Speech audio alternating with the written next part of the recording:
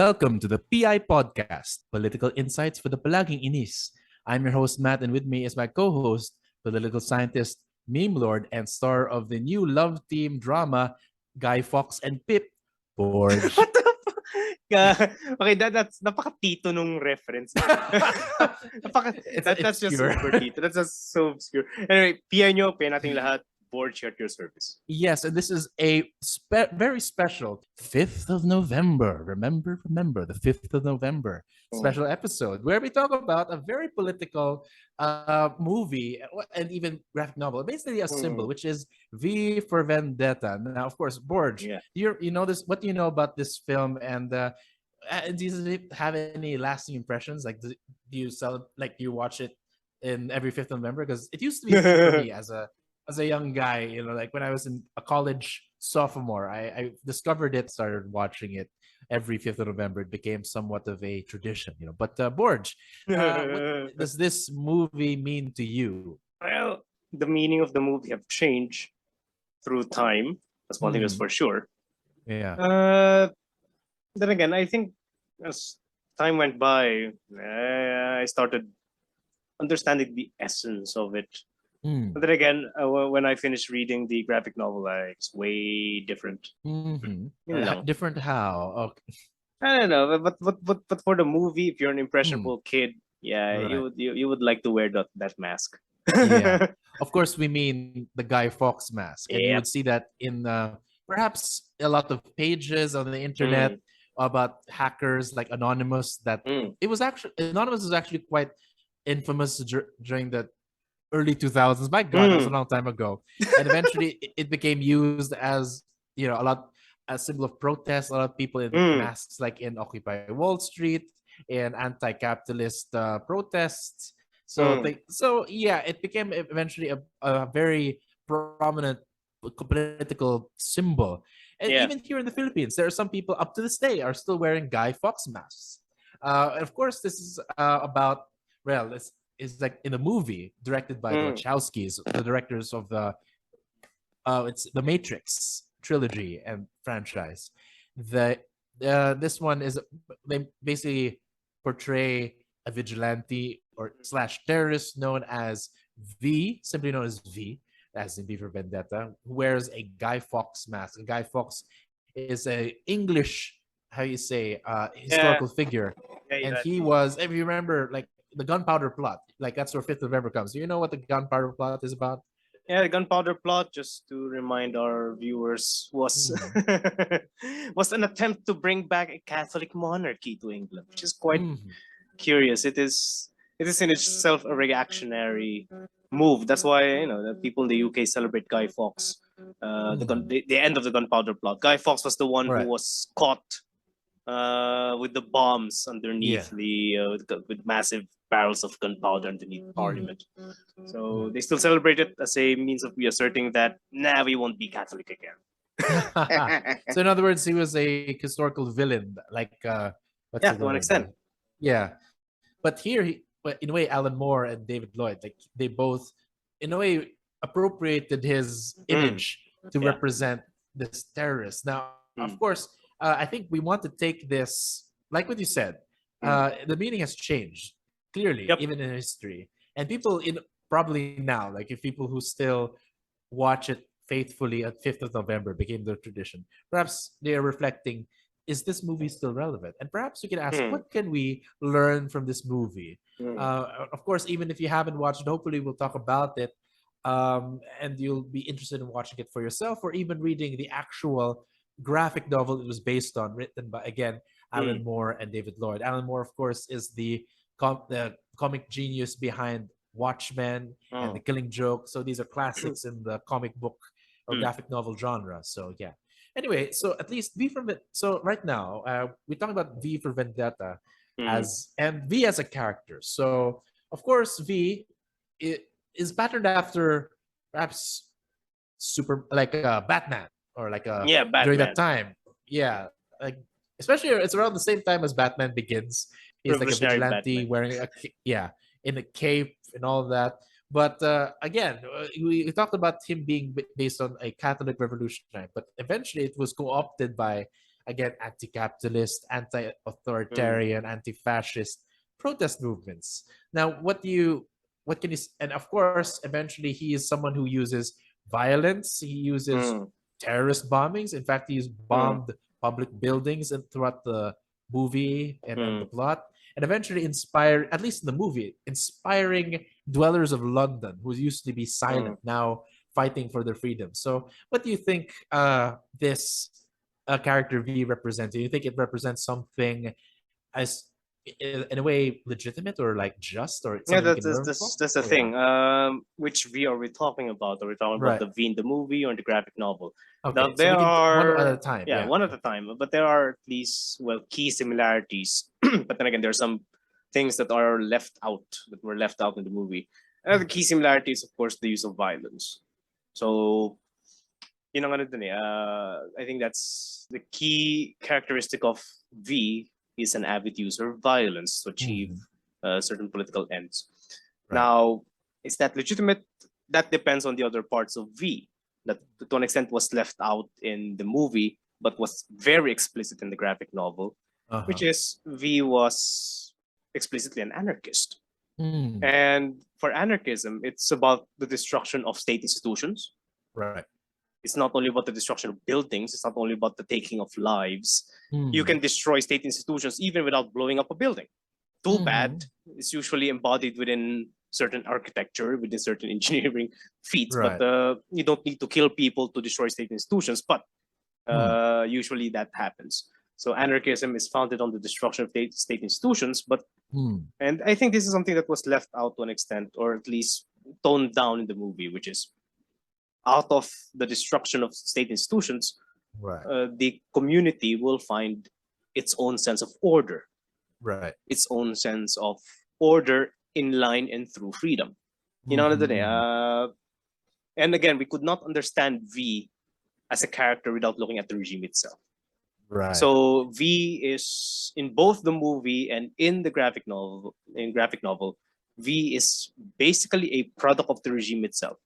You know, I think he's the embodiment of Marx's argument that capitalism would create its own grave diggers. Well, for his case, fascism created its own terrorist. So, yeah, I think that's one way to. So you could not understand V without looking at the regime. That's why it's quite curious to see how the character had been appropriated subsequently by protest movements, by we call dissidents. Yes.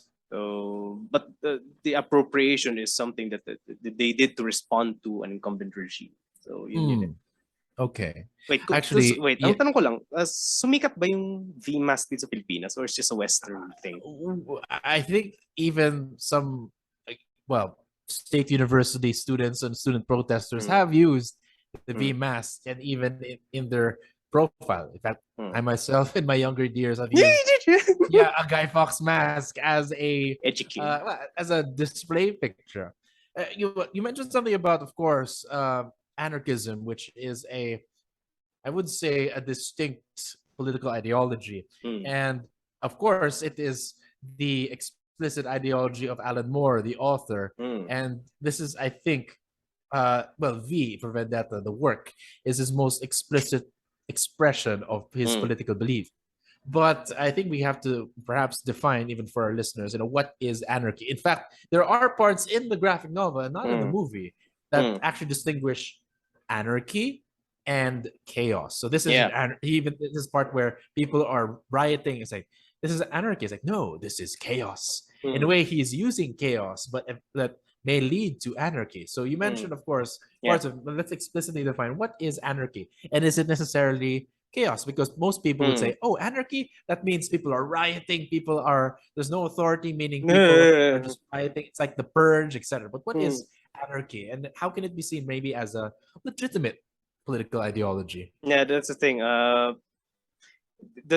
The supposed allergy of people towards the word anarchy is an ancient one. And this allergy is based on the assumption that you could never have order without the state. Anarchy as an ideology posits, so the absence of an overarching principle. Right. So that's the goal. But even that, the goal is, well, the overarching, ironically, Right. the overarching principle for an anarchist is freedom as the primary regulating entity or the primary Right. regulating principle of a society. Hmm. So people who conflate order with the state, Right. yeah, that would cause allergy toward the notion of anarchism. But Right. anarchism as an ideology posits that you can have order. You can Mhm. have a spontaneous order Mhm. even without state institutions. Okay. Yun yun eh. That's their argument. And for yeah. them, and I think this is quite crucial, Yeah. order through state institutions is inevitably detrimental to freedom. That the Mhm. end of every state is basically to end freedom, which is again the Mhm. position of a monarcho. The only principle is that of the state. Okay. So yeah. So yeah, that's a well, it's a long misunderstanding of anarchy. So Mm. so clearly anarchy means there is no government and there is no Mm. state, but that doesn't mean there are no, and correct me if I'm wrong, there are no rules. There are rules. There There will be are rules. Yeah. there are structures, but they are not necessarily enforced by a higher body. Is that correct? It would be, well, it would, that's the thing about anarchism. Yun ang medyo blind spot ng anarchism. They Okay. have a relatively positive view on Optimistic human view nature, a of relatively okay. optimistic view of human nature. But Okay. that's also blind spot for anarchism. But again, the argument is it's not really the absence of, is it the absence of government? Anarchist literature would focus on state institutions. Okay. Governments, rules, regulations, institutions can still emerge as, a manifestation of order emerging out of spontaneous Okay. collective decisions. But one thing that makes quote unquote an anarchist government is that government can easily collapse in line with, of course, the flow of, public sentiments, the flow of public activities. It can easily change, it can easily morph, it can easily, it's more dynamic. Let's just put it that Okay. simply. In a softer version of anarchism posits a more dynamic, more some set of institutions that are more prone to change. And Oh, this is driven, of course, by freedom and, of course, constant equalization of power, so on and so forth. It's ultimate democracy, as far as I'm concerned. okay. Yeah. Yeah. Some people say it's the ultimate quote unquote form of democracy or democratic freedom. So just to recap that of course there are rules, but they anarchists believe that people would follow the rules anyway because they are a product of the collective decision making. Yeah. Yeah. So they won't break their own rules, right? Yeah. That's so they believe in that integrity. But maybe it begs the question though. Maybe I don't know if this is still within from that, but I suppose it's part of it. That of course, anarchy that has been successful or sustained, or is it still like a fantasy that V for Vendetta tries to perhaps pave way for? Yeah. Wait, is there any anarchists Examples of anarchies that have been sustained, or maybe existed at all? existed at all? Well, you have the Paris Commune. That's the closest thing. Uh-huh. That was way back in the 19th century. Yeah. It could have been sustained if it was not crushed by a foreign army. Okay. So foreign army just came in and just crushed it. Uh-huh. So that's one. There are, of course, anarchist communes in the West, communities who would like to take care of their own public goods and services. Actually, there are anarchist movements that I think meron yung usual na pothole anarchist solutions, that you would have a bunch of anarchists fixing potholes that governments could not fix. So is there a society, an anarchist society that exists now? Yeah. Seriously, none. Seriously, none. Well, that's sad. Okay. Probably, I would not call prehistorical societies anarchist, but as far as, as long as state institutions are dominant, you could only have parts of an anarchic society, work-owned enterprises, those efforts to fix your own potholes. But the sustained anarchist, no, not yet. As long as there are dominant states, as long as there's an allergy for the word anarchy, as long as people would keep on equating order with state institutions, Okay. as long as that exists. Well, this does also beg the question again with the character of V. Tying back again. Oh well, Yeah, going clearly back this to is V. going back to V. I suppose it the plot of both the graphic novel and the film talk about the process of destroying the established fascist regime, but it doesn't really talk about again what comes afterwards or like what comes. So Yeah. maybe I want to ask though, like what makes V anarchist besides, of course, the acts of destruction, perhaps that is justified to pave way for the new world. But does he say anything as a character on what this world would look like, what it means, or like did you pick up anything when you were reviewing that? No, as when I'm well, let's look at the movie first. Mhm. So the movie implies, which is quite irritating. Why no wonder Alan Moore was irritated by the movie. Uh-huh. The movie implies that there's a return to a liberal democratic UK after the destruction of Ah, the regime. okay. So it's implied in the movie, but in the graphic novel, which I think is a bit more authentically closer to anarchism, even Mhm. V himself would not dare determine the future Okay. of a society. Mhm. His task is to destroy what hinders people to be free. Uh-huh. What people would do with their freedom, and this is the wager. All ideologies have their own wagers, and this is Okay. anarchism's wager. Anarchism's Ah. wager is on an optimistic perspective of human nature, Uh-huh. human nature that even if it tends to find order, would still value freedom. Mhm. So so it's a wager. So actual anarchists would not dare determine what the future is. Ah, okay. And I think this is the same wager that Marx gives for communism. Uh-huh. So, ano yun eh, ang ano naman for fascism, the wager for fascism is without the state, there would be chaos Uh-huh. because it has a pessimistic view of human nature. So, Yeah. yun eh. So, what V actually embodies that.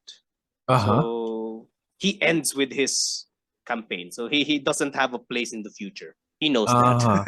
He Okay. knows that. Doesn't have a place in the future. Which is different again from Mm. the movie's ending, which is everyone is putting the mask, Yeah, like which is weird. yeah, like there's a lot of V's. V's is not one person; it is an Mm. idea, and I think one of the quotable Mm. things is ideas are bulletproof, which is really Mm. cool. It's a really well written line. Mm. There is another again quotable quote that what I believe is close to what you said is that Mm. I think everyone says this from the movie is that people often fear their governments, but it is governments who should fear their people. So Mm. it brings back again power to the people, and the Mm. people should determine the Mm. fate of the nation, not the governments. That's Yeah. one. And the other one I think this is exclusively in the graphic novel, which again we highly suggest to revisit the graphic novel. It's a Yeah. distinct work on its own, despite having similar ingredients. Is that I'm paraphrasing, but he says that although he does not he he uses bombs, but he doesn't celebrate Mm. bombs, but Mm. only as it paves the way for people to create again. I Mm. suppose that's one thing Yeah. that it makes him an anarchist to his core. Like Mm. it's not destroying for the sake of destroying. It is to destroy so that people can create something new again, Mm. which is a good sentiment. But I suppose this leads us to the next question, which is perhaps is RV's methods justified? And of course it's a gamble. Like we said, Mm. it's Anarchy's Wager, which is a great Mm. title for something. Anarchy's Wager, Mm. but I want to talk about something like besides the bombings. Mm. He talks about how he indoctrinates others, and in the movie he indoctrinates many. Like throughout Mm. there are Yeah. people slowly started putting him on masks. There are people who Mm. started to listen to him, enraptured Mm. by him. But in the graphic novel and in the movie, he treats Evie, the female character, the female main character, played by in the movie played by Natalie Portman, and tricks in the middle of Mm. one of their excursions. He captures her and makes her believe she is a prisoner. Mm. And again, that this is how he plants the seeds of Mm. his rebellion and making her his true comrade. In other Mm. words, he tortured her. he put her in a jail cell, and eventually made her read like a letter like by a cellmate, like in room 4 in neighboring cell, and then eventually it turned out that a lie, like it was a lie, and that he simply, and apparently he said it was all in your mind. I simply put the backdrop. So in other words, was this whole scene of lying to Evey, setting up and simulating oppression, was this necessary? In both, again, because this is already after she has been again held against her will, despite after saving her, he held her against her will in his place.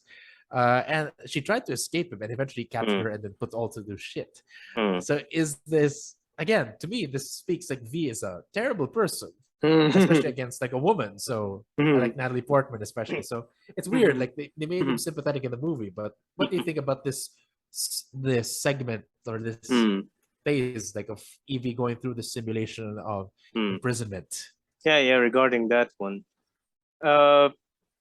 It is first and foremost de-indoctrination. Okay. That was explicit there.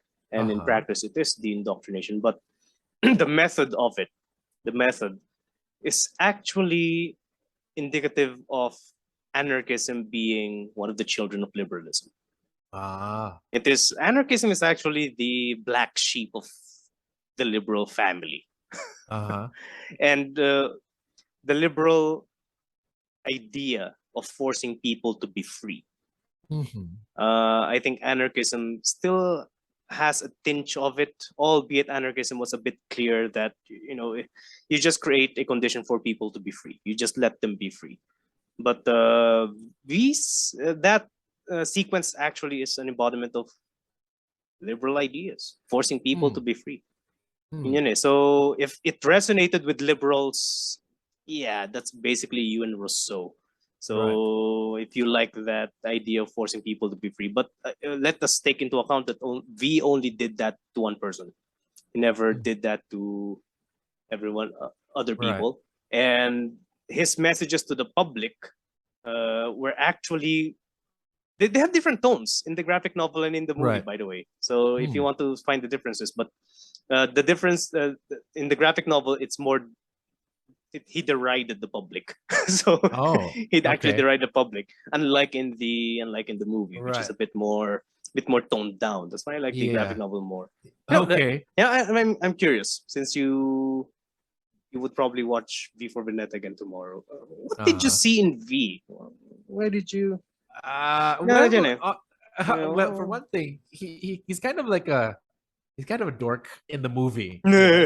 He likes watching old films. He pretends to fence with like a suit of armor. He collects. It actually, I think this was perhaps more in in both ways. He shows him as a collector, but for me, especially when he was going to the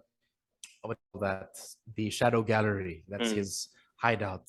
I found that really cool. Like he collected pieces of art, and so he's a nerd. He is a buff of history and things that were forbidden by the fascist regime. So I found that very cool. But so in a way, it's kind of like me in that. But at the same time, I suppose this was during my phase where again they gave him action scenes that were far more well choreographed in the movie than in the graphic novel. And quite frankly, in the graphic novel, he is well drawn. He's not as he didn't fancy. He's not as sympathetic to me. He's at least he's far more violent and dark, and at least in his portrayal, even his deathly acts. While in the movie, it's a bit gray. Let's say it's probably unnecessary evil, but evil nonetheless. Here, it's like the tone is left a bit more ambiguous, saying that it's just one death after another, and it's not quite necessarily celebrated, but it makes you wonder, like, is this V a good guy or a bad guy? You can't really tell. At least, especially with him being voiced by Hugo Weaving, and again, I have let's say a soft spot for Shakespearean dialogue, which he speaks, and of course with that V dialogue. Voila, Villian Victor, that's that, the alliteration. I love that. So I Mhm. used to be able to say the whole thing, but yeah, at least here, You grew up. yeah, I grew up, but at the same time here, the first video, like they made him more, again, relatable as a character, but also being able to form a relationship with Evie. Like Mm. there were even soft moments where they were watching a movie together, just Mm. hanging out, Netflix and chill before Netflix and chill. Even slow dancing to the point where Mm. it's implied of a romantic relationship. In the graphic novel, they're mere accomplices, but in the movie, there's like a will they or won't they kind of thing. Meron naman So I din don't sa know. graphic novel They have Hmm. their weird romantic moments there. Take note that in the graphic novel, apparently, and I think this is highlighted in this video. I posted it in the show notes. The 50-minute video talking about the differences between the movie and the comic book. In the comic book, but in the movie, it was played by Natalie Portman, who was a young professional working for a radio station. Mm. In the graphic novel, she He's is a old. minor, Yeah. but also a streetwalker, a Yeah. prostitute. Forced to So be a in other streetwalker. words, Yeah. exactly. So I suppose the power dynamics is clear that on the one Mm. hand, she is in a way marginalized by society, but then again, it shows that she's in a way taken advantage of by this much older, more powerful man. So the power dynamics is not as even, and it's much more again gray. He's taking advantage not only someone who is starving and poor, but also a minor, someone who's biologically, how you say, not fully formed. So that's what makes it a bit, again, But different. authentically marginalized. The lumpen Okay. proletariat. So Uh-huh. in the movie, she's just a worker, but Uh-huh. this one, she's Like a middle lumpen proletariat. class, No, yeah, no, no, no, no. Yes, a middle class, just a middle class movie. professional. But in Yeah, the yeah, graphic novel, she is part of the gutter. right. So yun naman ang advantage ng nasa graphic novel. Hmm. So Which, to be fair, they both start similarly. Again, both V and Evie, as again victims of the system. Like what V, of course, was experimented on in a concentration camp. For Evie, I think she is again, like lost her family and now forced to be a prostitute. So yeah, that's an interesting difference, with the characters. yeah. But and again, regardless, both are vulnerable and both were again emotionally brutalized and manipulated and physically and psychologically broken. But in order to build them up and reconstruct them into, again, there's his successor in a way. Wait, sino And, ulit and yun? eventually, Wait. Nalala ko lang. Sorry if I would cut in. Who was in Les Miserables, the mother of Cosette, if I'm not mistaken? come to think of it, in the graphic novel, Les Miserables, like the image of Cosette. Was it Cosette? I think the No, picture the of mother, face of Cosette. yeah. No, the face of Cosette was a graffiti in like V for Vendetta. Did you notice that? No, I didn't. Yeah, check it out. Yeah, but you're asking yeah. the mother The prostitute, of, who was forced to become a prostitute. yeah. Um, what's the question? Was it a nod to Les Miserables? That Evie Perhaps. was a prostitute or was forced into prostitution. Wait, was that Cosette? But Fantine. what's his name? Fantine. Yeah. Fantine. The mother that was eventually a factory worker who was forced to prostitution. Yeah.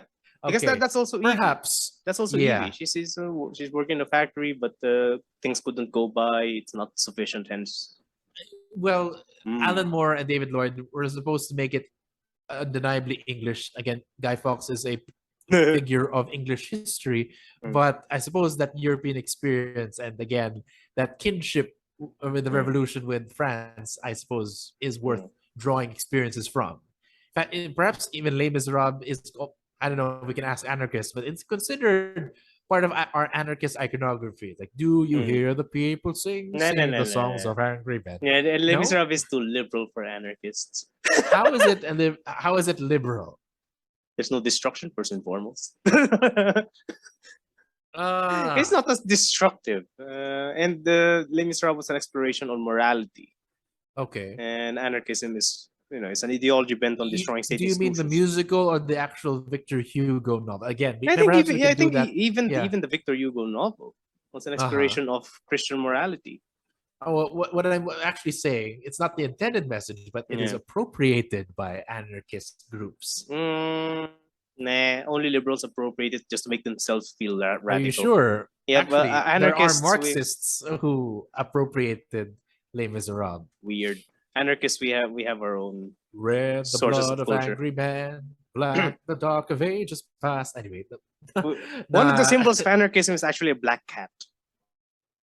Because the black cat is free. Yeah. No. An angry black cat. I think one of the early anarchist leaders encountered a black cat before a revolt. Anyway, we have our own iconography with that one. It's weird. Anarchist flags and the black cat. So in other words, this at least the issue of Evey being the object of indoctrination and violent indoctrination. De-indoctrination, I think. Or re-indoctrination, depending on that. So breaks her down and then re-indoctrinates her with, again, the spirit of freedom through the letter of, I forgot the actress, the lesbian. Valerie. Symbol. Valerie, yeah. And eventually that symbol of love, again, saying that no matter who you are, wherever you are, I love you. So I think I heard that in radio as well. But yeah, that was actually that moment of love after in the context of deep vibration gave her hope. So I suppose that is the moment of re-indoctrination in the story.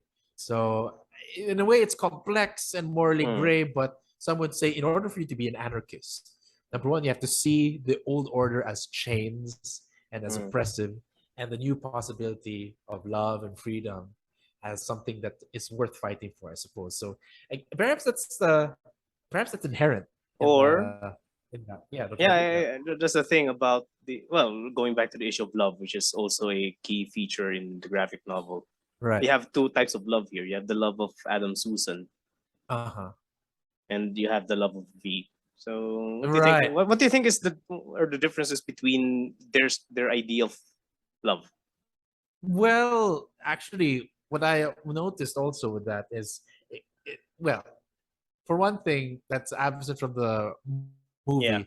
Yeah, at least the villain, Adam Sutler, played by John Hurt, he's outright the caricature of Hitler. But the leader in the graphic novel is a bit more, again, ambiguous. On the one hand, although he commands a fascist regime, he seems to be, again, mentally disturbed, but someone who is in love, like what you said, and genuinely, I suppose, in love with the same person, like the same object as V.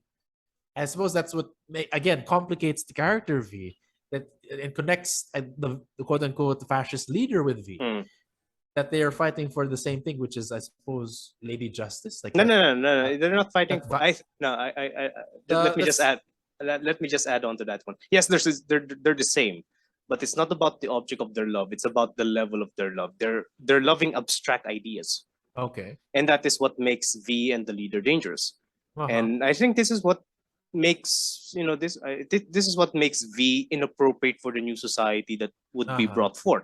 Right. Because what would be brought forth, which he saw in Evey, is something more concrete.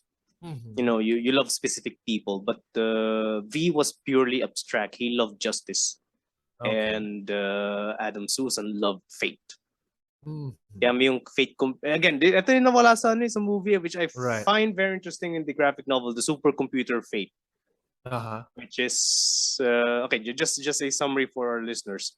In the graphic novel, you have the supercomputer Fate, which is basically surveillance and control over the bureaucracy, if I'm not mistaken. And Adam Susan was caught jacking off to it, so that's how he loved Fate. But it was called Fate. Then you have Prothero as the voice of Fate. Because, to say that it is fate is to tell people that whatever is happening is inevitable. Right. That control is inevitable, but but they're both servants of history. You know what I mean? Yeah, like inevitable. They're trying to portray themselves as servants of history. Yeah. Adam Susan is trying to portray himself as a servant of history. But in the graphic novel, you can read further. But V also has a version of the supercomputer, which for some unknown reason he has a replica of it. All right. So he has another. It's weird. It's not even like a perfect copy. In He fact, acted. It's how you say. It's not even. It's blurry. People can't see. So it's like a blind voyeur. That's what they called him. Like, why does he have this? And I think it's perhaps the illusion that he can see and control things. I don't know. It's much deeper. I'm still digesting that. Yeah. Not to an extent. Actually, he hacked the supercomputer Fate. That's why in one scene, Adam Susan was caught crying in front of the supercomputer Fate because the project name symbol Evey on the screen. So he can hack it. So he's also a hacker. So I think that's one reason why the very deep reference Anonymous took on V's mask. Not because of the movie probably, but because of that fact that V can hack into the system. I suppose the fact that again, both the leader, the regime, and V are like grabbing over Fate. Can it perhaps be a metaphor to again there'll be the struggle between fascism and anarchy? They're trying to, I suppose, control Fate. Would you think get the hands? V had his reason for hacking, for having a replica of the supercomputer. His reason was it's basically a go back. It's a vengeance for Adam Susan manhandling justice. Or manipulating justice. So if the regime distorted justice, V hacked its system of control. So it's a payback time. So it's basically the literal using the means of your oppressors against them. Well, come to think of it, I don't know. Going back to again the object of love, I think there was a scene wherein Adam Susan was literally talking about Lady Justice, and then it cuts to V admiring the literal statue of Lady Justice. So you can argue that I think it still works. Whether they have the same object of love or not, I think they're both trying to act out justice. But they have a very abstract the struggle is there. Very abstract. Even Adam Susan was explicit. He doesn't love any specific entity. He just likes the cold, mechanical notion of fate. Yeah. Or something that is unchanging and something that can be protected. Adam Susan is basically an incel. Why an incel?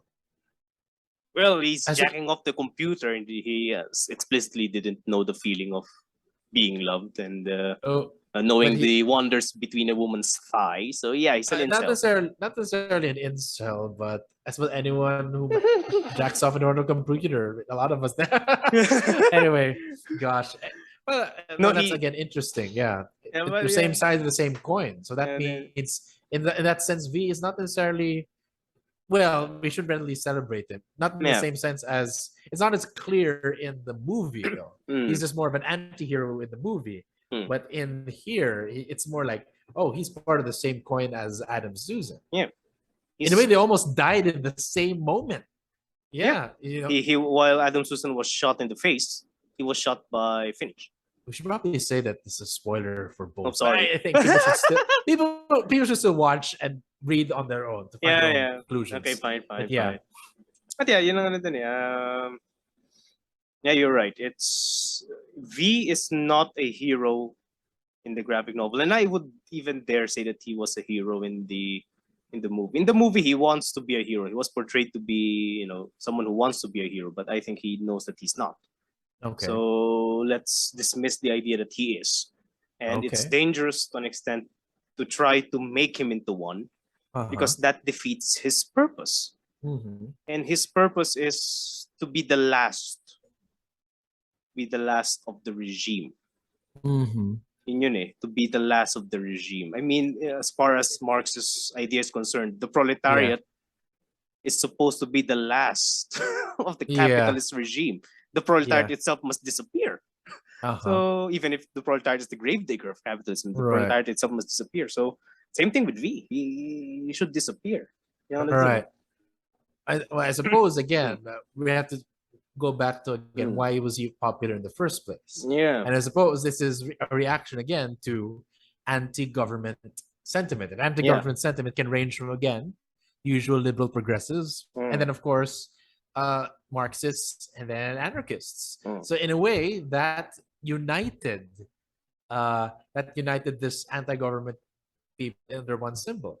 Mm. I suppose we can move on to the next topic, which is the again, what does this say about fascist regimes? And both are detailed in their own way on how fascism operates. Like I suppose in the movie, they kind of discuss like the scripting and the framing of certain events, like the bombing of uh, the Big Bailey again. It's like, say it was a reconstruction. I'm like, oh, okay. But it's a blatant lie. And of course, it is also manipulated um, in the how you say in the graphic novel, and of course it's increasingly relevant now with the discourse on fake news. And so yeah, I was wondering, does that make it in a way a bit more relevant now, especially when even if you look like as I was reviewing some scenes, there's some comments that say that we need V for Vendetta more than ever, we need the character V more than ever. So would you say that the again uh authoritarian regimes today and the discourse on manipulation of truth makes it more relevant, or maybe we can nuance that? What do you think about that? No, okay. First and foremost, V was targeting, to an extent, a single object, which is this relatively monolithic. Relatively, I'm saying relatively because Alan Moore fleshes out the elite politics behind it, which to an extent was also captured in the movie. Relatively monolithic entity. Yun ang problema eh. You could not pin down misinformation, disinformation on the state because it is to an extent democratized. Yun eh. So you could not pin it down simply on the state. That's one thing. So I think to say that we need another V to address such issues on misinformation, disinformation, fake news, no. No. You don't have a single target for that. And V was, to an extent, a character designed to target a single body. Again, going back to the body, and this I think was clear in the graphic novel, which was to an extent not present in the movie. The fascist regime under Adam Susan was portrayed as a body. You have the mouth, you have the ears, you have the eyes. So there's a sequence in the graphic novel wherein V blew up several buildings, taking out the eyes and ears and mouth of the regime. Yeah, literally. So literally. Named as a body part. Yeah, so yun ang ano din. And that embodies in a very simple sense the ideology of fascism, which is you need to create a body politique, a cohesive one.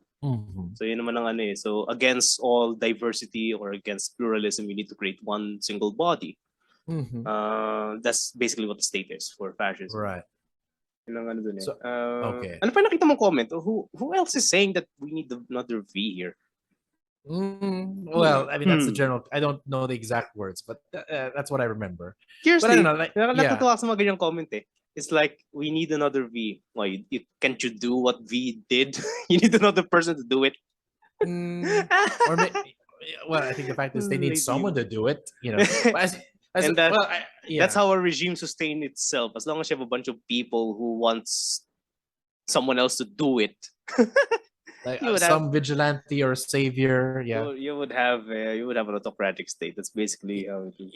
Yeah, I'm actually reminded of like Alan Moore's other characters that have been surprisingly popular. When, like, for example, the character of Rorschach in the Watchmen, where despite him having legit Nazi like alt-right views, people actually admired him in the movies because he just had the conviction, like saying, even in the face of Armageddon, I think this is right, etc. But it's similar to, I suppose, V. They're similar in that sense.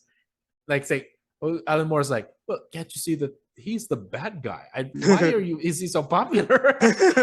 And that's why I think he's irritated with all of his, again, cinematic adaptations of his work, because they make his worst characters the most popular characters. So yeah. So I don't know. I suppose that one of the closing questions I want to ask is, what do you think is of the cultural appropriation of the image of V? And in a way, should we continue this, or maybe something? It's just a precautionary tale. do something else, or maybe should take some parts and leave out others. Like, I don't know. What do you think? Why did you make him into your profile picture? Again, I was much more young and foolish. In a way, it was more, again, the popular culture. Again, the popular culture image is more the cinematic V rather than the graphic novel V. Although perhaps there are some people aware of the graphic novel V's nuances, which are much less, how you say, friendly to popular opinion. Regarding the movie, since you said that one, I just reminded myself. Yeah. Something that I appreciate in the movie that is not in the novel. In the novel, in the graphic novel, V was by all accounts an adult. But in the movie, he still has a youthful vigor or even tendencies. Yeah. So he's quite immature in the movie, which to an extent I appreciate, because that highlights the role of youth in change. But then again, that makes it that's why a lot of the people that like him are youth, which young is anarchists, fine. Which is fine. Young student protesters. That's why I'm not all against the movie, but that's one part of the movie that I do appreciate. Binigyan nila ng youthful tendencies. So you never put V's mask or Guy Fawkes? No, nope. Not a VP. No. No. I have a curious relationship with heroism and you prefer Adam Sutler. Yes. No. I have very curious tendencies towards heroism, and just to be honest, what the hell did I think of V when I first watched it? I think in the movie I absorbed more of the idea rather than the character. That's why I didn't use him in any of my profile pic or whatnot. I think I appreciated it more with the idea, because I think that was the time when I was also reading the Communist Manifesto, so na-coincide sila. So yun ang ano ko dyan, yun ang rason ko dyan. But then again, regarding cultural appropriation, should we still continue? Well, no. For me, no. Alan Moore likes it. He's visibly pleased about that people using are his wearing masks. Yeah. Well, he betrays his own argument, which is there could only be one entity that can facilitate the transition, and that entity should disappear now, along with the system that he destroys. So it's like the idea of Samson bringing down the building on himself. Wow, biblical. That's basically the anarchist idea. That's even the idea of revolutionaries, as far as Lenin is concerned. The proletarian party, the dictatorship of the proletariat, they are basically the vestiges of the regime that they are destroying. And even Lenin himself maintains the anarchist question even at the end of his life, because they're not supposed to be there. They're not supposed to be a state. So they're not supposed to be the thing that they destroyed. So now, if V is to be a collective symbol, should he be a collective symbol? Take note, it is the movie that highlighted again the possibility, because it's the people, plural, the public suddenly put on his mask. Although now that I think about it, years later, it said, okay, but it's like similar to that Spartacus archetype where we are all Spartacus or we are all V. At the same time, you lose all individuality.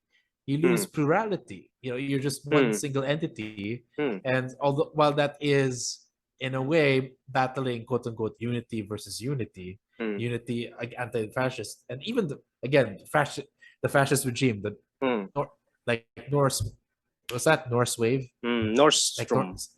Nordstrom, yeah. Nordstrom. They said strength through unity, unity through strength, in the movie, it was strength through unity, unity through faith. In the graphic novel, it was strength through purity. Purity. I think I saw the same image in the graphic novel. So in the graphic novel, it was purity, not unity. Strength through purity, purity through faith. That's why I said that it's Adam still Susan unity is. In the. No, Adam Susan just mentioned I have it the right notion here. of unity. Right. The first right here, it's still unity. No. In the alleyway poster, it was here. There could be multiple Strength through things. purity through faith. So as I've said, Adam Susan is an incel. Purity. Wait, I'm browsing through it. In the alleyway says scene. here. It says okay. It said purity. Okay, purity through faith. Yeah, okay, but Adam Susan also mentions unity eventually in one of the dialogues. Okay. But the poster, the slogan is purity. So yun eh. Okay, well there are many slogans, but yeah, but you get what I'm saying. Like I do get. So they're battling unity versus unity. Yeah. Yeah, the individuality. Individuality is something that V lost. Yeah. Individuality is something that he basically dropped. Like there is no identity behind the mask, no fingerprints, no face. Yeah. The problem is he knows himself. He doesn't want to be known as a person. Okay. Kaya nga tinanggal in the graphic novel, and I think this is not in the graphic novel. This was he removed the pages in the doctor's diary, explaining probably who he was, his actual status. Actually, there's another thing about it. I'm not sure if it's explicit in the novel. No, in the movie, but in the graphic novel, it says right there that a lot of the drugs that was given to him caused him schizophrenia. So that childlike behavior could just be schizophrenia. Well, I don't know. Yeah, and that's also an acknowledgement of the literature on capitalism and mental health, which was at that time the works of Eric Fromm, the Frankfurt School, linking capitalism with schizophrenia. So to wear a mask is first and foremost an act of, it's a declaration that I am already no one because of the system. But it is not supposed to be a badge of pride. It's a badge of indignation. That in an actually free society, you're not supposed to wear a mask. So yun lang. I don't think the mask is and ever was an act of resistance. It was, as far as I understood in both the movie, but mostly in the graphic novel, the mask was an act of despair. That it is trying to fight off despair. It is a declaration that I have lost who I am. There's nothing behind the mask. And I have to fashion myself a mask in order to have an identity. But even that one was temporary. And this is a conclusion that I arrived at, because in the graphic novel, he showed his face to the doctor. The only person who actually knew who he was. He showed his face to her. So that's why I said it's an act of despair, because if it's a movie kasi hindi niya pinakita yung mukha niya at he never showed his face in the movie. But in that novel he did. At least just once he did. And yun eh. I wonder. I do remember. Yeah, he was the kindest to the doctor, but I'm trying to remember. Did she? Maybe in the movie did he show his face? No, in the movie he did not. He did not show he did not show his face in the movie. The movie ended with the scene with the doctor asking if she can still say sorry, and she did say sorry.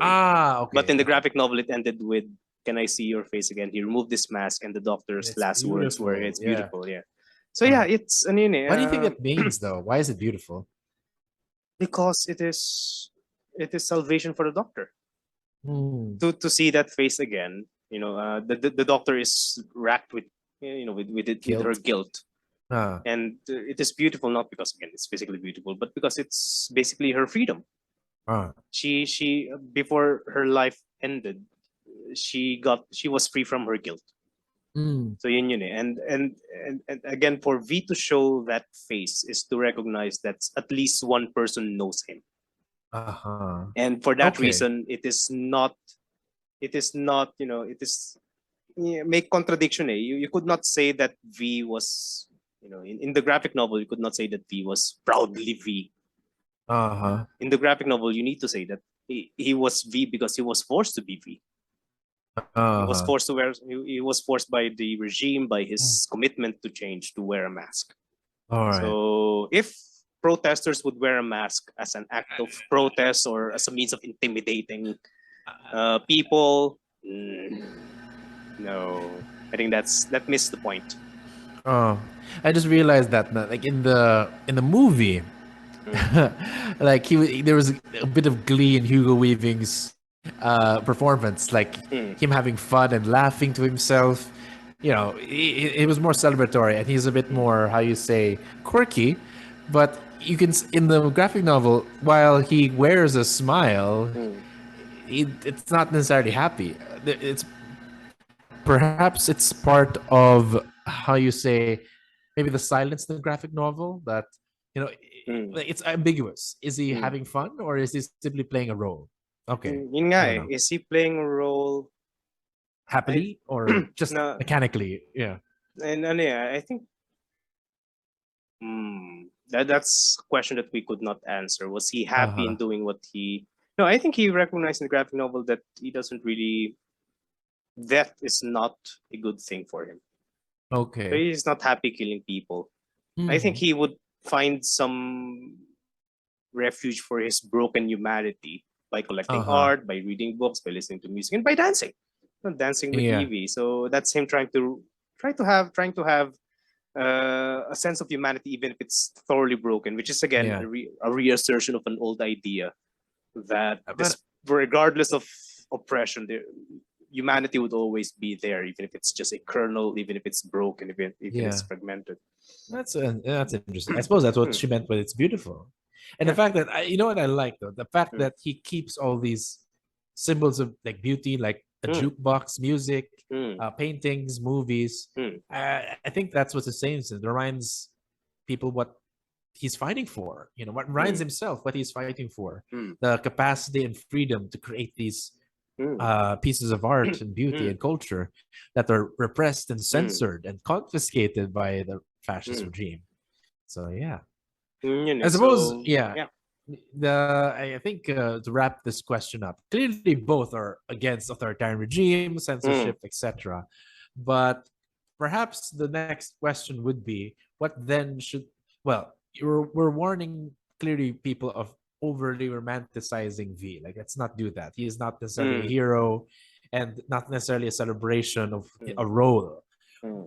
Perhaps people see themselves as that and recognize it, all that. But again, do you really want to continue that? Like, is that an existence you want, even if you know it?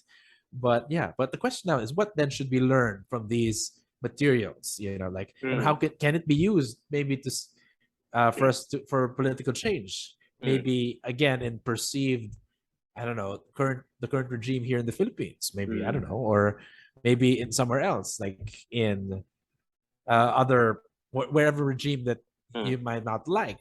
You know, what can we learn as citizens from this from the V from Vendetta? Well, for the movie, I think we discussed this before, but I think we can raise it now. For the movie, there is a transition. Violence is, it's to an extent pre-moral, and the movie shows how violence acts of What does terrorism. pre-moral mean? Well, it is there to open up a space for a new determination of what is good and what is bad.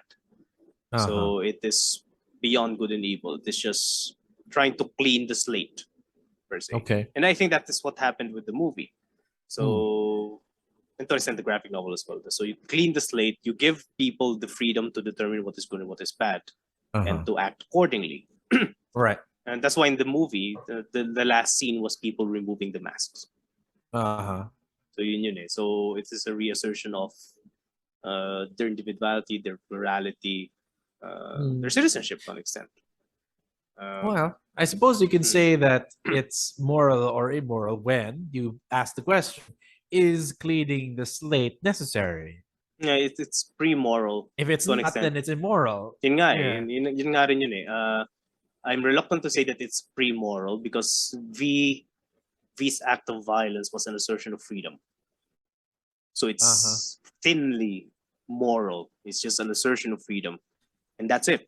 What happens after that assertion? What happens? No, that's no longer his concern. So I mean, pre-moral from one clearly, perspective. does it Yeah. justify all forms of terrorism or what?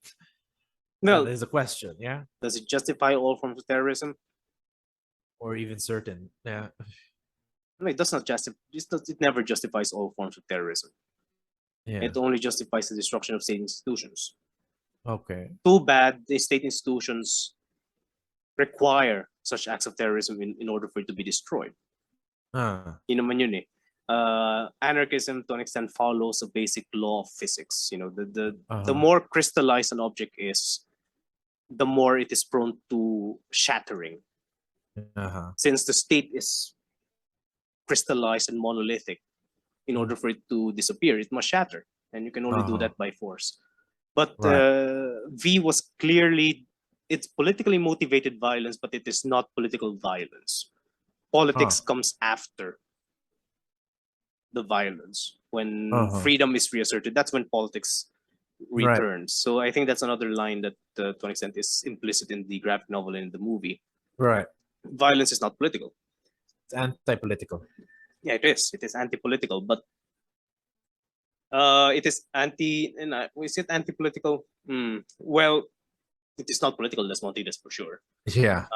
So we could not say political violence. I believe Arendt said that it was anti-political since it stops the possibility for politics or discussion or interaction.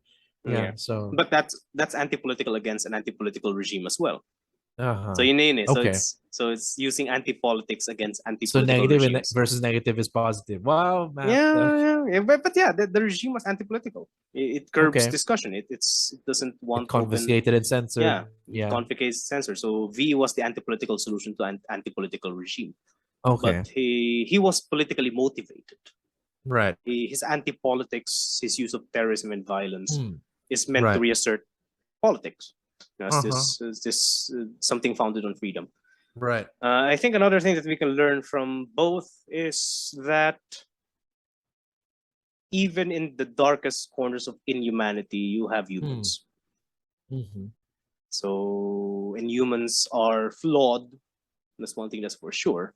Right. But out of that flaw, humans are also creatures that can search for something noble. So, something beautiful. That humans have an appreciation for beauty. But then again, yung case, is Adam Susan a human? It could be a disordered human, but I think humanity is clear. That's why I think that's the point what Alan Moore tried to do. Like the fascists aren't necessarily cartoon villains; they're actually flawed people. That's what he tried to portray. So that's the weird thing. He likes to make gray literary characters. It's not always clear cut who's the good guy and the bad guy. There's some bad guys that feel vulnerability, and there's some good guys that are cruel. So V is an idea like he's in some may see him as a hero, others can see him as just cruel. So it's complicated. It's difficult to actually prescribe anything out of this, since if you follow its explicit like prescriptions, then we're out for a dangerous like a dangerous coming of events. Like there'll be more terrorists around. I suppose that's what happened with that. But I think for me, what we can take away is I think especially with V and Sutler or Susan, whatever you call them, they're both anti-politics should be avoided, but it is, I suppose there are consequences of each other and can only exist, like extreme forms of terrorism and vigilantism like V can only exist with an extreme form of fascism. So I suppose it's just exaggerated and highlighted towards that dynamics. Can it be applied to everyday politics? I would probably say no, since Sutler's and Susan's fascist regime does not necessarily exist, say for instance in North Korea, but I don't know. I don't know enough about North Korea to say that. I think I think the graphic novel of the movie had aged because authoritarian states right now are not as the same. It's not the same. And Yeah. if it's not the same, the likes of V and his mechanisms may be rendered obsolete because authoritarian states are a bit more sophisticated now. Right. Then again, So things can is still there blow things up. anything? Can we learn anything about? It's like a period piece then. Blow shit up. As far as I'm concerned, it may be. Yeah. The graphic novel itself is a period piece. It's during the Cold War, if I'm not mistaken. It has a lot of blood too. So yeah, ano dun eh. Can we still learn anything from it, or has it aged badly? I don't think it has aged badly. The rise of right-wing authoritarian states right now. Who knows? We may meet another Susan soon, but we already have. I don't know. No. We don't have a Susan in the Philippines, as far as I'm concerned. Susan came. Oh, God rest her soul. No. This is also people may So- want, people may like Marcos to be Hitler, but too bad he's not. So he could be Susan. the young one? Nah, I don't think so. That's the thing. He's not yet an authoritarian state. He's surrounded by autocratic entities. He's more like the Mandarin. Yeah. Iron Man's Okay. Mandarin. Puta. That's hilarious. Nilagay lang Wait. pala dun. But who knows? Who knows? But there's a rise of autocratic entities, so it's a warning. I think. I suppose the value of rising up against such thing as a repressive regime is to be lauded, and a reminder that beauty can be found wherever you can find it. And I suppose we should strive from there. For the movie, I think the beauty there is in the art and the possibility for freedom. In the graphic novel, I suppose it's just characters trying.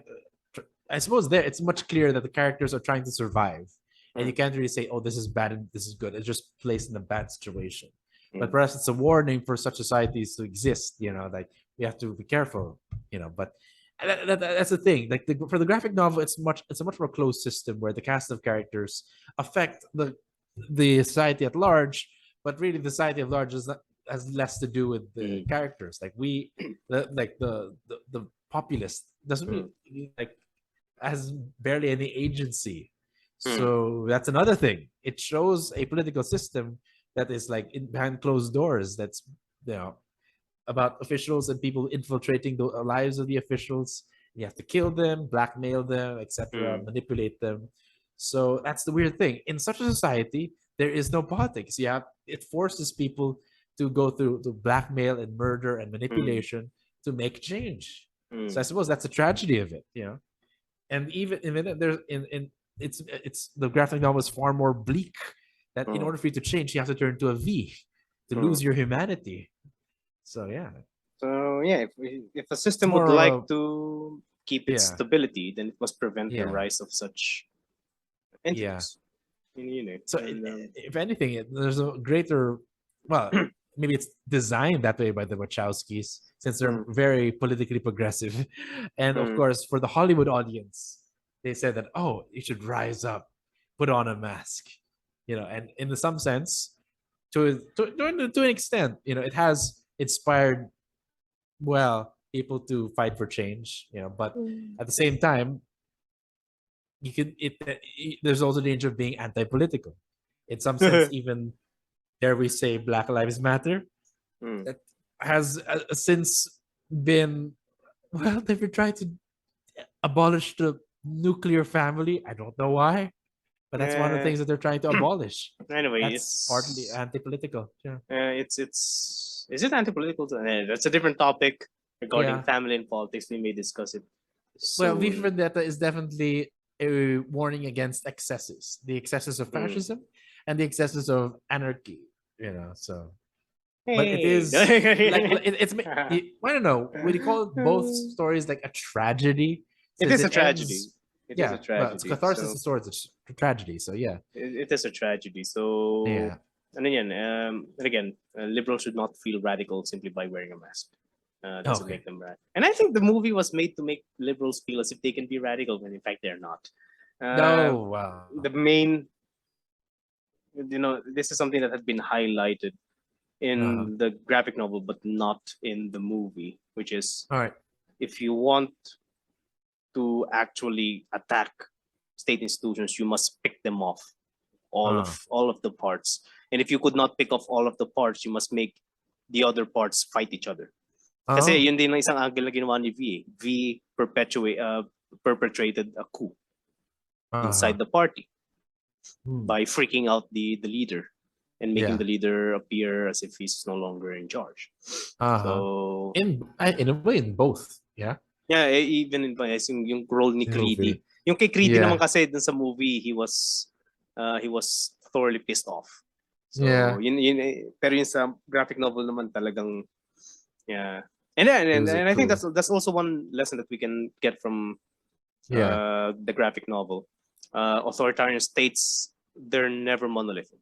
Right. Relatively monolithic, yes. Comparatively monolithic, yes. But they are never one single body. You know, there would always be fragments. So yeah. And I think the graphic novel is far more bleak in that once the public is dead, it takes a private individual, technically, or maybe an idea to destroy it. In fact, a product of the regime to destroy it. But again, whatever little hope that at least Natalie Portman and the rest of the cast, they believe that the public can make a difference, just by standing there. It's like there's no guarantee that change anything. Of course, the villains are dead, the officials are dead, but does it change anything? Well, it's all a wager. And I suppose perhaps that's one thing we take away from both. A lot of political change is a wager. I suppose in a way, for one thing, fascism is against wagers, against risk, against disorder, but it's out of wagers that new things can emerge. And that's the way, politics is arguably dead in both, but in some sense it is survived again. At the end, with a possibility. Yeah, and that's the line between reform and revolution. Woo! Yeah, V is a revolution. V is a revolutionary because he can make that wager. While reformists, they would like to plan the future.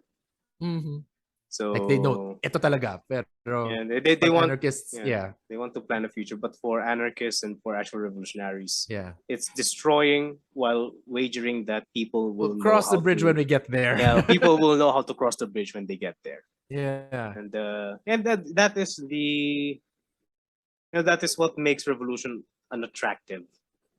Yet that is actually what history looks like. Revolutions, may they be political, economic, scientific, they're fucking wagers. It's a gamble. So yun I think Tagalog, it's something sugal. Sugal, but in a more in a less gambly, gambly sense. It is a gamble. It's uncertainty. Right. Revolutions are built on building, creating, inviting uncertainty. That's the only time that you can create something that is actually new. So that's the line between revolutions and reform. So for Alan Moore, he went to arid. So freedom is about making new things possible. Well, anyway, so we try to make a hopeful thing, but really it's a bleak material. But I think it's worth studying again. Things that perhaps we didn't notice. It's a very rich material, both the movie and the graphic novel. But hopefully, most of our listeners, our listeners, can try to review both. If it's your first time, hopefully you're interested in reading or watching them. So any last words? Don't wear a mask. Not the V, not the face mask, not the V mask. Yeah. Well, say it for costume parties, but nothing else. Probably harmless costume party. Harmless costume party. Mas mataas kay sombrero niya sa graphic novel. I like his hat in the graphic novel better than in the. Yeah, it's more like how you say. Oh my god! I remember. I do have a picture on Facebook, literally wearing his mask. These masks. Anyway, okay. Anyway, so that is our discussion for V for Vendetta, both the movie and the graphic novel. It's rich, and but for now, let's move on to our final segment, which is our recommendations. And as we have a new media partner that is quite interesting and to an extent related to the topic and very political relevant. So this is again from C-Lab, again from the College of Saint Benilde, presents, of course, Pamilya. So, sa mundong ubod ng disinformation, sino ba ang pwede nating pagkatiwalaan? So, Benilde Theater Arts and Sining Labinsyam invites you to the home of Pamilya, their newest theatrical production written by the Carlos Palanca awardee, Dr. Layeta Bukoy.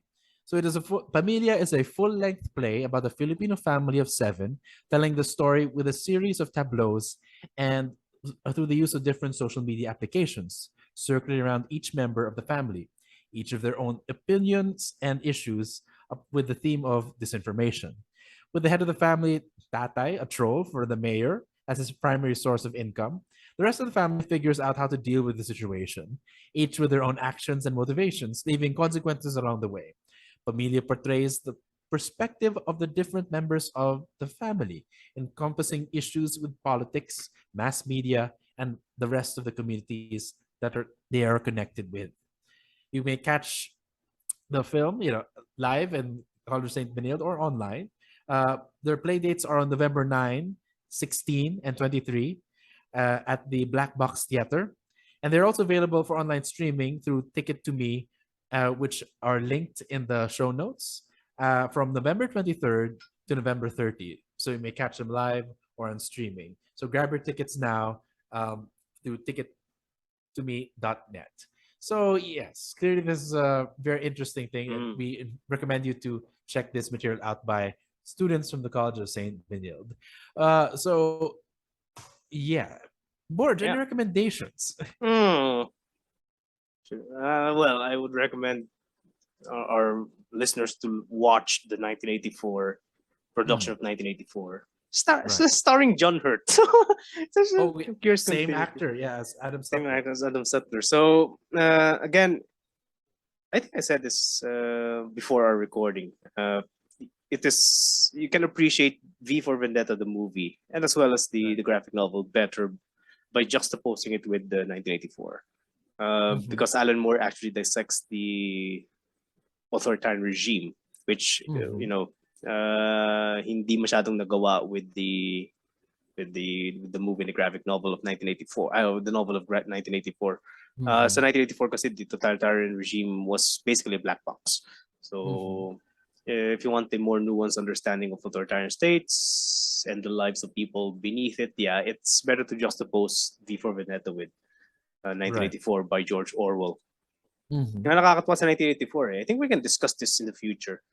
I think in the movie they tried to make Sutler into the Big Brother, which does injustice to Adam Susan in the graphic novel, because mas nuanced yung, as we have discussed, mas nuanced yung portrayal kay Adam Susan. Right. But by making Adam Sutler into a sort of Big Brother-ish entity, that's basically what 1984 is, the Big Brother. Big Brother is someone we're not even sure if he's alive. In 1984, he's just there. So just his image, not the human body. We don't know if he's alive. We don't know if he's an actual leader or whatnot. So which is again has its own merits. It's reflective of totalitarian states during the Cold War, Soviet Union, China to an extent. But 1984, I advise that people watch and read it alongside V for Vendetta. What else? May I recommend? Go. While I'm thinking, go ahead. Believe it or not, besides of course both the graphic novel and the show, like the movie, check those out before that. I do. Believe it or not, I'm recommending something from Primetime GMA, which is Maria Clara at Ibarra, and I think people. Normally GMA is not known for the writing of their dramas, but this is actually quite very thoughtful. So basically, it's about this student, I think played by, Barbie Forteza. And apparently, it's a very thoughtful script. Like the first episode features like her as a nursing student failing her Rizal subject. Alam mo yung Rizal na parang general ed subject. So anong kinalaman ni Rizal sa buhay ko na para sa magiging nurse ko. Sorry, tungkol sa health, makikitulong ba yan sa akin? And like, tapos, dahil hindi ko alam kilala si Rizal, I'm going to fail, hindi na ako graduate. And that's a very heartfelt, voice to, people and students today. It's like, do you really need to learn Rizal? And eventually, she's transported into the world of Noli Me Tangere and Edfili with very nuanced portrayals, and she meets Ibarra, she meets Sisa, who, by the way, I've heard great reviews on how they finally portrayed Sisa very multidimensionally, So very, while it's lighthearted and comedic, it's also very dramatic. It treats history, very immersively, and it's quite interesting considering that history is being, how you say, attacked, but at least perhaps this discussion on history and at least literature and the works of Rizal might inspire new discussions and thoughts and analyses and reflections on our nation. So check that out. How is this related again to V for Vendetta? Again, probably it's not, no, but it's like, I suppose it's about, for V for Vendetta is like, similar to 1984, it's mystifying history. This one is more like demystifying it and modernizing it. At least it's trying to get in touch with history. So it's more of the antithesis of V for Vendetta. So yeah, I don't know. Okay. I just want to recommend it. That's a tad left field. Anyway, let's let it pass. But I think most of our listeners are listening to it anyway. But yeah, I think that's it for now. We have already recommended works on Hannah Arendt. You can read those. We can link up our episode on Hannah Arendt here. We have yet to discuss anything about authoritarian states, which we should eventually. Or anarchy, Anarchy as well. So, but yeah, I think we can do that. We're recommending that to ourselves. Anarchist. Yeah, we need to. I'm already an anarchist. We need to have a. Anarchist. We need to have an episode on authoritarian states. So yeah, I think we can link up some of our earlier episodes here just to brush up on authoritarian states. But other than that, yeah, I think the movie 1984, produced in 1984, can have Or wait, no, there's an episode on Black Mirror. I forgot the actual title. I think it's episode 2 of the first season. So it's literally about merits, trying to control people with merits. 2 million merits, I think that's the title. Anyway, I'll correct it in the. I think that's another good study on totalitarian regimes where every aspect of your life is controlled. So yeah. Okay. Yeah. Anyway, so yeah, thank you, Borge, for that discussion. So remember, the 5th of November. So if you have any other thoughts, comments, opinions, questions, you may email us at pipodcastph@gmail.com. We can listen to us on Spotify, Anchor, and YouTube, and a lot of places where you can get your podcast. But until the next episode, magandang gabi, mga ka-PI.